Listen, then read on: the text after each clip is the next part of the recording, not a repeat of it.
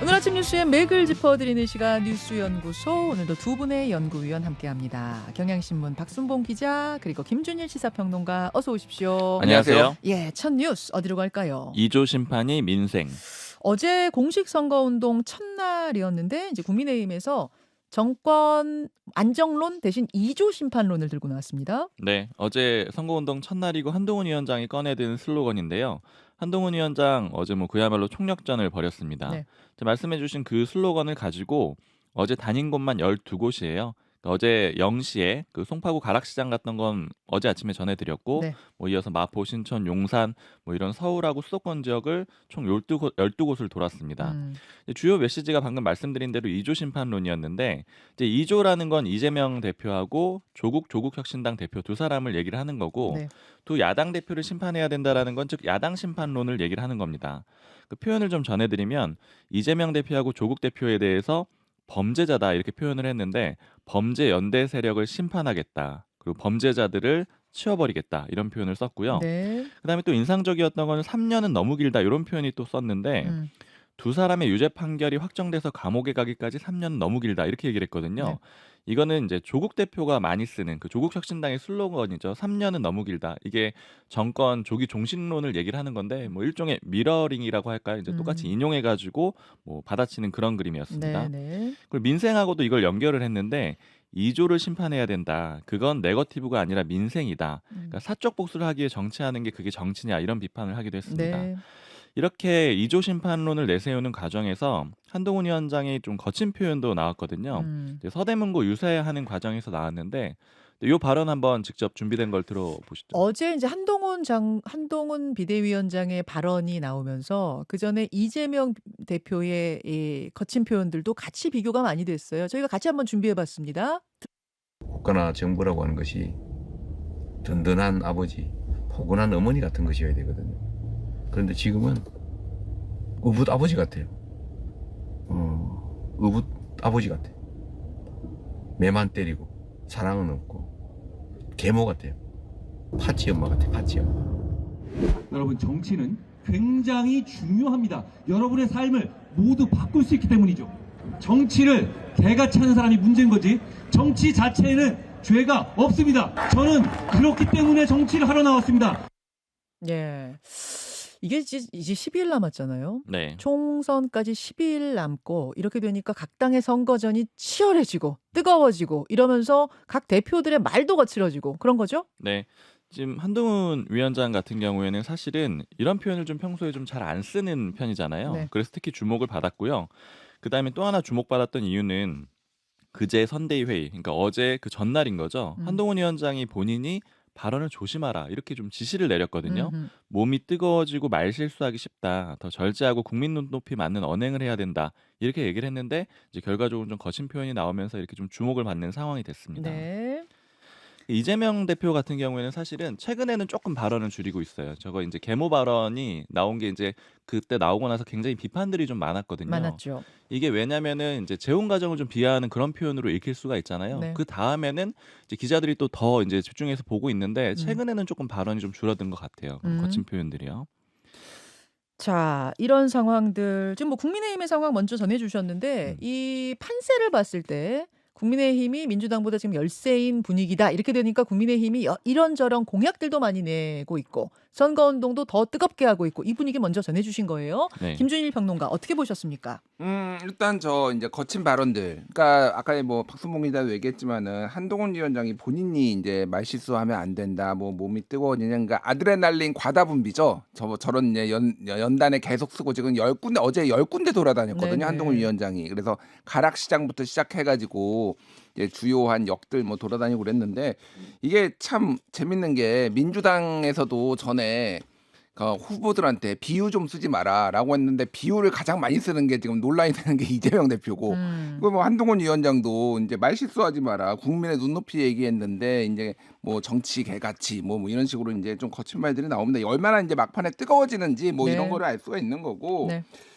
그리고 이제 정치가 무슨 죄입니까? 이게 그거는 예전에 저는 넘버 3에서 나왔던 약간 그런 느낌도 들더라고. 최근에 정치 혐오하는 거 아니냐, 이런 거에 대한 좀 반박성 같은 느낌도 받았습니다. 가장 중요한 건 이제 전략이에요. 그러니까 이런 겁니다. 지금 이제 결국은 심판론 대 심판론. 뭐 이제 오늘 경향신문 일면 제목이 이제 심판론 대 심판론, 이제 주권자의 시간이다 뭐 이런 식으로 나왔는데, 그 지금 상황에서 심판론 대 심판론을 다시 이렇게 부각시키면은 승리를 가져올 수 있을 것인가, 뭐 승리를 몰라도 일단은 격차를 줄일 수 있을 것인가. 그러니까 성적표는 어느 정도 저는 나왔다라고 보거든요. 그러니까 심판론과 심판론이 부딪혔을 때, 그러니까 이재명과 예를 들면 민주당도 싫지만은 지금 더 싫은 거는 사실은 윤석열 정부 그리고 뭐 이제 국민의 힘인 거예요. 전체적으로 판세를 봤을 때. 판세가 말해주는 바는 그러하다. 그렇죠. 그거를 뒤집겠다라고 해서 새로 기치로 건 것이 2조 심판론인데 정권 심판론보다는 좀 약할 거라고 보신 이유는 뭘까요? 제가 이제 스포츠가 뭐 그 전에 이 얘기를 안 한 것도 아니고요. 제가 뭐 이제 스포츠를 좋아하니까 예시를 들면은 이게 지금 상황이 이제 농구 경기로 따지면은 4쿼터에 한 5분 남았는데 한 20점 차로 지는 거예요. 그러면 이제 전략들이 있어야 되는데 이제 3점 슛을 이제 막 쏘기 시작합니다. 마음이 급해지면은 막 3점 슛을 쏘는데 이게 뭐 본인들이 스테판 커리도 아니고 모든 3점 슛이 다 들어가지 않거든요. 가장 중요한 거는 일반적으로 이럴 때 역전하는 거는 수비를 강화하는 거예요. 그러니까 우리가 한 골 넣어도 저쪽이 또 한 골 넣으면은 이게 좀 격차를 못 좁히거든요. 그럼 수비를 제일 강화하고, 그리고 3점 슛보다는 오히려 2점 슛으로 골밑 슛으로 계속 노리면서 안정적으로 격차를 좁히면서 막판에 대역전을 노리는 이런 거가 되는데, 수비를 강화한다는 게 뭐냐면은 쉽게 얘기하면 민생, 지금 그러니까 이 정부에 대한 뭐 부정적 평가를 낮추는 거에 최대 지금 초점을 맞춰야 됩니다. 그거가 안 되면, 수비 라인이 붕괴가 되면은 안 되는데, 어제 예를 들면 이런 것도 했어요. 한동훈 비대위원장이 부가세 인하하겠다라고 했어요. 뭐 출산, 육아용품, 라면, 즉석밥, 통조림 뭐 이런 거 한시적으로 부가세 10%에서 5%로 절반 인하할 것을 정부에 강하게 촉구한다. 거의 안 나왔습니다. 이거 자체가 뉴스가 많이 안 나왔다 그 말씀이에요? 뉴스가 나오기는 했지만은 이를테면은 뭐 정치 개같이 뭐 2조 심판 이런 거에 다 묻혀가지고 지금 그러니까 물가 때문에 화가 나고 사람들이, 그러니까 이런 상황이고 좀 화가 나 있는데 로키로 오히려 가야 되는 거 아니냐. 유승민 의원도 어제 기자들이 물어보니까 유세 현장에서 그런 얘기를 했거든요. 이게 우왕좌왕하는 게 또 뭐가 보이냐면은 사전 투표를 이제 어떻게 할 것이냐 물어봤는데, 홍석준 의원이 사전 투표를 독려하지 않겠다라고 얘기했다가 당이 또 뒤집혀가지고 아니다, 우리 사전 투표 독려하겠다, 한동훈 위원장 이런 얘기도 있었어요. 사전 투표 독려하지 않겠다는 얘기는 어떻게 나온 홍석준, 거예요? 그러니까 물어보니까 사전 투표에 대해서 우리 지지층들이 부정적인 인식이 많다, 뭐 이런 식의 취지를 얘기를 하다가 한동훈 비대위원장이 이제 당에서 또 급하게 바꾼 거죠. 그래서 사전 투표 분리하지 않다. 이게 전체적으로 말씀드렸지만 우왕좌왕하고 있고 조금 당황하고 있다, 뭐 이런 전략들이 좀 그런 것 알겠습니다. 같아요. 조언을 주신다면 수비 강화에 신경 써라, 이런 조언 주셨는데요. 네, 방금 이제 말씀해주신 그 수비 중심으로 사실 민주당이 어제 대응을 좀 한 것 같아요. 그러니까 한동훈 위원장 발언이 나오니까 이제 김민석 그 상황실장이 이제 공지를 내리거든요, 후보들한테. 그러니까 이 한동훈 위원장의 발언에 대해서 대응을 자제해라. 그러니까 중앙당에서 하겠다. 그런 이제 개별 돌출 발언하지 말아라, 뭐 이렇게 지시 지역 내린 공약 거예요? 홍보나 집중해라 이런 식으로 나왔거든요. 그리고 김민석 상황실장이 뭐 이제 그 비유를 들죠. 뭐 부처님 눈으로 보면 다 부처로 보이고 돼지 눈으로 보면 다 돼지로 보인다, 이런 표현을 쓰면서 좀 로우키로 대응을 하는 그런 그림이 나왔고요. 그다음에 이제 유승민 의원 상황도 좀 짚어봐야 될 것 같아요. 어제 유경준 의원, 이제 좀 가까운 사이죠. 거기 경기 화성병에 뛰고 있는데 지원 유세를 갔습니다. 아까 이제 김준일 평론가께서 얘기를 좀 해주셨는데, 여기서 유승민 전 의원이 2조 심판론에 대해서 좀 반박을 해요. 그러니까 어떤 발언을 정확히 한 거예요? 이제 뭐라고 했느냐면, 일단 상황 분석을 먼저 이렇게 합니다. 왜 선거가 어려워졌느냐, 이걸 먼저 짚어봐야 되는데 정권 심판론, 그리고 특히 그 근간에는 경제와 민생이 어렵기 때문에 있다. 그리고 중도층이 떠난 거다, 이렇게 상황 분석을 하고요. 그러니까 이런 상황이라면 2조 심판론으로는 안 된다, 이렇게 얘기를 했는데 뭐라고 표현했냐면 2조 심판, 종북 심판 이런 얘기 나오던데, 그런 슬로건 가지고 이번 선거 치르면은 중도층 표심은 다 멀어질 거다, 이렇게 얘기를 합니다. 그러니까 한동훈 위원장이 첫날 이걸 딱 꺼내든 그날 유승민 전 의원이 정면으로 반박한 그런 그림이 됐고요. 그다음에 또 하나 문제로 짚은 건 지금 보수 결집 과잉이다, 이런 지적도 했거든요. 이거는 기자들이 박근혜 전 대통령을 한동훈 위원장이 만났는데 어떻게 보느냐 이렇게 물어보니까 이미 너무 보수 결집은 과잉된 상태고 중도층으로 가야 된다. 아까 결론은 좀 같은 거죠. 음. 중도층으로 가야 되니까 그런 맥락에서 이 문제도 봐야 된다 이렇게 얘기를 했습니다. 그래서 이제 해법으로 제시를 한 거는 민생에 좀 신경을 써라 이런 얘기를 했는데 집권 책임을 맡은 여당으로서 어떻게 하겠다. 뭐 이런 걸 좀 집중하라고 했고 하나만 더 짚어보면은 그 대통령실 향해서는 그 의대 정원 2,000명 숫자 집착하지 마라 이렇게 조언을 하기도 했습니다. 자, 국민의힘의 어제 선거운동 상황 쭉 정리해 주셨고요. 이번엔 민주당으로 가겠습니다. 명품백 공세 펼쳐라. 명품백 공세가 다시 시작이 됩니까? 네. 지금 이제 민주당이 계속 정권 심판론을 내세우고 있잖아요. 네. 그래서 어제 용산에서 선대위 출정식을 했던 거고요. 여기에 이제 뭐 정권 심판 기차가 출발한다, 열차가 출발한다 이런 표현도 썼습니다. 이제 그러면서 어제 선대위가 후보자들한테 22대 총선 유세 메시지 참고 자료를 보냈거든요. 아, 유세 메시지 참고 자료집. 네, 이제 요거 보고 참고해서 뭐 공세를 펼치든 발언을 하든 이렇게 하라라는 건데 거기에 윤석열 정부의 10대 실정을 나열했는데 이 중에 세 번째로 들어가 있는 게 김건희 여사의 명품백 수수 문제고요. 뭐 이외에도 민주당에서 이채 양명주라고 표현을 하잖아요. 뭐 양평고속도로 의혹이라던가 아니면 해병대 채모 상병 그 문제라던가 이런 것들 쭉 포함을 해놨습니다. 그런 것들로 공격해라. 이제 자료집이 나왔다는 거예요. 네, 역시 뭐 정권 심판론 강조하는 거고요. 네. 그다음에 어제 뭐 예고는 해드렸지만 이재명 대표하고 임종석 전 그 대통령 비서실장이 만났습니다. 네네. 그 전현인 후보 지역구에서 만났고 이제 포옹을 할 거냐 안 할 거냐 이제 포옹을 했어요. 근데 앞을 본 상태로 확 끌어안는 건 아니고 포옹을 좀 했고 네. 그다음에 악수하고 뭐 손 맞잡고 이런 그림이 나왔습니다. 민주당은 지금 굉장히 부자 몸조심하는 그런 그림이거든요. 아까 김민석 상황실장 얘기도 해드렸는데 이해찬 전 대표 같은 경우에 어제 뭐 유튜브 채널에 나와가지고 승기는 잡은 게 아닌가 싶다 이렇게 얘기를 했거든요.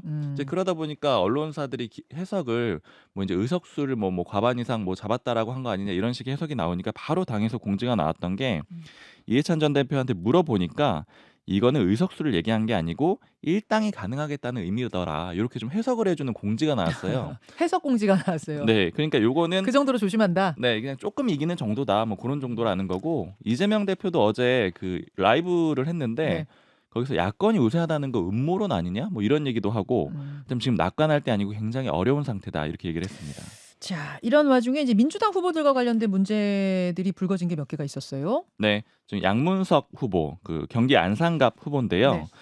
2021년에 한 21억 원 정도 되는 서초구에 아파트를 샀거든요. 네. 근데 이제 장녀가 대학생이었는데 11억 원을 장녀 명의로 대출을 받습니다. 그래서 요 사실이 알려지면서 이게 뭔가 좀 문제가 있는 게 아니냐 이런 지적들이 나오고 특히 이 장녀를 보면은 경제 활동을 안 했거든요. 근데 이제 대출을 어떻게 이렇게 많이 받아서 살 수가 있었느냐 이제 이런 지적이 나오고 있고요. 네. 그다음에 부천 의뢰 김기표 후보 같은 경우에는 뭐 예전에 반부패 비서관으로 임명됐는데 석 달 만에 그만둔 적이 있었습니다. 문재인 정부 청와대 때였는데 그렇죠. 그때 당시 문제가 좀 다시 한번 불거진 거예요. 그때 50억 원 정도 대출 받아가지고 부동산 매입한 게 문제돼서 그만뒀는데 다시 한번 또 후보로 됐기 때문에 지적이 됐고요. 네. 그다음에 공영훈 후보, 그 경기 화성을 후보인데 2017년 6월에 그 성수동에 다가구 주택을 구입을 했거든요. 재개발 구역에 네, 재개발 구역이었어요. 근데 여기가 토지거래 허가 구역으로 지정되기 직전에 아들한테 증여합니다. 증여한 시점이 2021년 4월인데 이게 왜 이제 문제가 되냐면 토지거래 허가 구역으로 지정이 되면은 이제 실거주 요건을 충족해야지 뭐 매매를 하거나 증여를 하거나 이렇게 좀 조건이 달리거든요. 살아야 돼요, 거기. 네, 그러니까 그 직전에 증여를 해줬다라는 거예요. 아. 지금 시세가 또 굉장히 많이 올랐거든요. 매입할 때는 11억 8천이었는데 현재는 뭐 28억에서 30억 원 정도 허. 이렇게 좀 추정이 되는 상태입니다. 자, 이런 것들이 어제 논란이 됐고 김준일 평론가는 어디 주목하셨습니까? 일단 아까 전에 뭐 박순봉 기자 얘기했듯이 이제 전체적으로 조금 조심하는 분위기예요. 그러니까 지금 어느 정도 승리가 조금 있는데 막말 논란 아니면 오만함 뭐 이런 걸로 비춰지는 거를 좀 우려하는 것 같은데. 그러니까 사실 어제 이해찬 대표의 발언은 이거를 공지까지 내야 되나? 뭐 이해찬 대표가 뭐 야권 200석입니다. 뭐 이런 얘기를 한 것도 아니고 승기를 잡았다. 제가 봐도 약간 승기를 잡은 것 같거든요. 근데 뭐 이게 우세하니까 지금 전체적으로 판세가 보면은 굳이 이거를 이제 공지를 따로 할 정도로 왜냐하면 예전에 서울시장 보궐선거 막 이럴 때 이해찬 대표가 뭐 우리가 앞서 있다 막 이런 얘기했다가 오히려 약간 오만하다 이렇게 약간 그때 뭐 30년 장기 집권 막 이런 거 얘기했다가도 한번 또 20년 장기 집권 뭐 20년이었으니까. 얘기하고 뭐 이런 전체적으로 좀 이해찬 대표의 어떤 발언의 설화 좀 우려를 뭐 표한 것 같고요. 어제 이재명 대표 같은 경우에는 이제 배현진 후보가 예전에 피습당했었잖아요. 네. 그거에 관련해서 본인 거와 비교를 하면서 난리뽕짝을 쳤다 뭐 이런 얘기를 또 했어요. 그러니까 뭐 정확하게 뭐 이렇게 얘기를 했습니다. 그러니까 배현진 의원이 돌멩이로 맞은 사건은 폴리스 라인을 치고 과학 수사를 하고 난리뽕짝을 치면서 증거 채집을 하는데 야당 당수가 목이 칼에 찔려 피 흘리는데 그 혈흔을 1시간도 안 돼서 물 청소를 한다. 뭐 이렇게 얘기를 해서 저쪽은 너무 이제 뭐 과잉 대응하고 그러니까 야당 나를 이제 야당은 홀대했다 뭐 이런 얘기를 한 건데 굳이 이거를 이렇게 또 비교를 해야 되나? 이거 또 비유예요. 그러니까 참 이거 안 고쳐진다. 습관성인 것 같다. 뭐 이렇게 보면 될 것 같고. 그러니까 민주당은 사실 막판에 이제 후보 개개인의 문제들이 좀 다시 불거지는 것 같습니다. 공영훈 후보는 저는 이건 좀 심각하게 봐요, 사실은. 왜냐하면은 그러니까 얘기를 했듯이 2021년 4월 26일에 아들한테 넘겼는데 4월 27일부터 아까 얘기했지만은 그거 이제 토지거래 허가 구역이 된 거 하루 차이예요, 이게. 예. 하루 차이에 어떻게 이렇게 넘겼냐라는 거고 여기가 이제 서울숲 개발 때문에 이제 땅값이 오른 건데 땅은 2017년 6월 3일에 샀거든요. 그리고 4개월 뒤에 여기에 이제 그 뭐 삼표 산업 서울시 성동구가 협의해서 레미콘 공장을 옮깁니다. 이게 근데 현대제철과 관계사거든요. 현대 쪽에 있었잖아요. 그러니까 이게 내부자 정보가 아니야 본인은 아니라고 주장을 하고 그런데 이게 그러니까 증여가 문제가 아니라 옛날 금태섭 의원도 옛날 증여를 한 적이 있잖아요. 그게 문제가 아니라 이거는 굉장히 내부자 거래 이런 편법의 좀 불법성까지 저는 좀 보이지 않나 이런 식으로 하는 게 맞나 이런 생각이 좀 듭니다. 거기에 대해서 공 후보는 입장문을 냈습니다. 자녀가 향후 결혼 등을 준비함에 있어 집 한 채는 줘야겠다는 마음에 증여를 해야겠다고 생각했다. 그 과정에서 증여세도 성실히 납부했다. 군 복무 중인 자녀에게 주택을 증여했다는 사실이 국민 눈높이에 맞지 않는다는 점은 받아들인다. 이렇게 입장문 냈더라고요. 그러니까 11억 정도에 사서 지금은 아들이 30억 건물주가 됐습니다. 그래서 예. 자, 이런 이슈들 양당 정리를 해드렸고 또 전할 게 있습니까? 어떻습니까? 네, 박은정 41억 십자 포함. 어제 요 이야기도 이건 이제 조국혁신당의 비례 1번 박은정 후보에 대한 논란이었는데 네. 남편과 관련된 거였어요? 맞습니다. 이제 박은정 전 검사잖아요. 검사 부부거든요. 그래서 이제 재산 신고를 꾸준히 하는데 작년 5월에 네. 이 부부가 신고했던 그 재산이 한 8억 7,500만 원 정도 됩니다. 근데 이번에 신고한 액수를 보니까 49억 8천만 원이 된 거예요. 네. 그러니까 한 뭐 10개월 정도 만에 41억 정도가 늘어난 거죠. 그래서 이게 왜 이렇게 늘어났느냐 이걸 좀 따져 보니까 지금 이제 남편 문제라고 해주셨는데 이종근 변호사거든요. 검사장 출신이에요. 그래서 퇴직하고 나서 정관예우 받은 거 아니냐 이제 이런 의혹이 제기가 된 거고 그리고 이제 수임한 사건들을 보니까 다단계 사건 요것들을 많이 받았거든요. 다단계 사기 사건에 가해자 측 변호를 했다는 건가요? 맞아요. 뭐 대표적으로 회원 10만 명으로부터 1조 1,900원 수수한 의혹받는 다단계 사기 사건이 있는데 이 사건 변호를 맡았고 수임료가 22억 원이다. 이런 보도가 나왔어요. 그리고 또 다른 사건도 맡았는데 뭐 아도 인터내셔널 사기 사건이라고 해서 이것도 피해 액수가 한 4천억대 되거든요. 이것도 선임을 했는데 근데 일단 그 사건 수임 자체를 비판할 수는 없는데 보니까 이 변호사가 검사 재직 시절에 다단계 수사 전문가였다라는 거예요. 다단계 수사 전문가였죠. 그래서 블랙벨트 그러니까 1급 공인 전문 검사 자격도 있는 사람이잖아요. 맞아요. 그래서 여권에서는 이거 정관예우 받은 거다 이렇게 비판을 하고 있는 거고요. 조국혁신당에서는 반박하고 있습니다. 그 논리는 뭐냐면 반윤검사 아니냐. 반윤검사한테 누가 정관예우를 하느냐 이런 입장이고 그다음에 이 변호사도 직접 반박을 했거든요. 근데 본인은 정관예우 받을 입장도 아니었고 이건 반윤검사라는 그런 취지인 거고요. 그다음에 논란이 된 관련 사건들은 모두 사임을 하겠다 이렇게 입장을 내놨습니다. 자, 여기까지 보겠습니다. 두 분 수고하셨습니다. 감사합니다.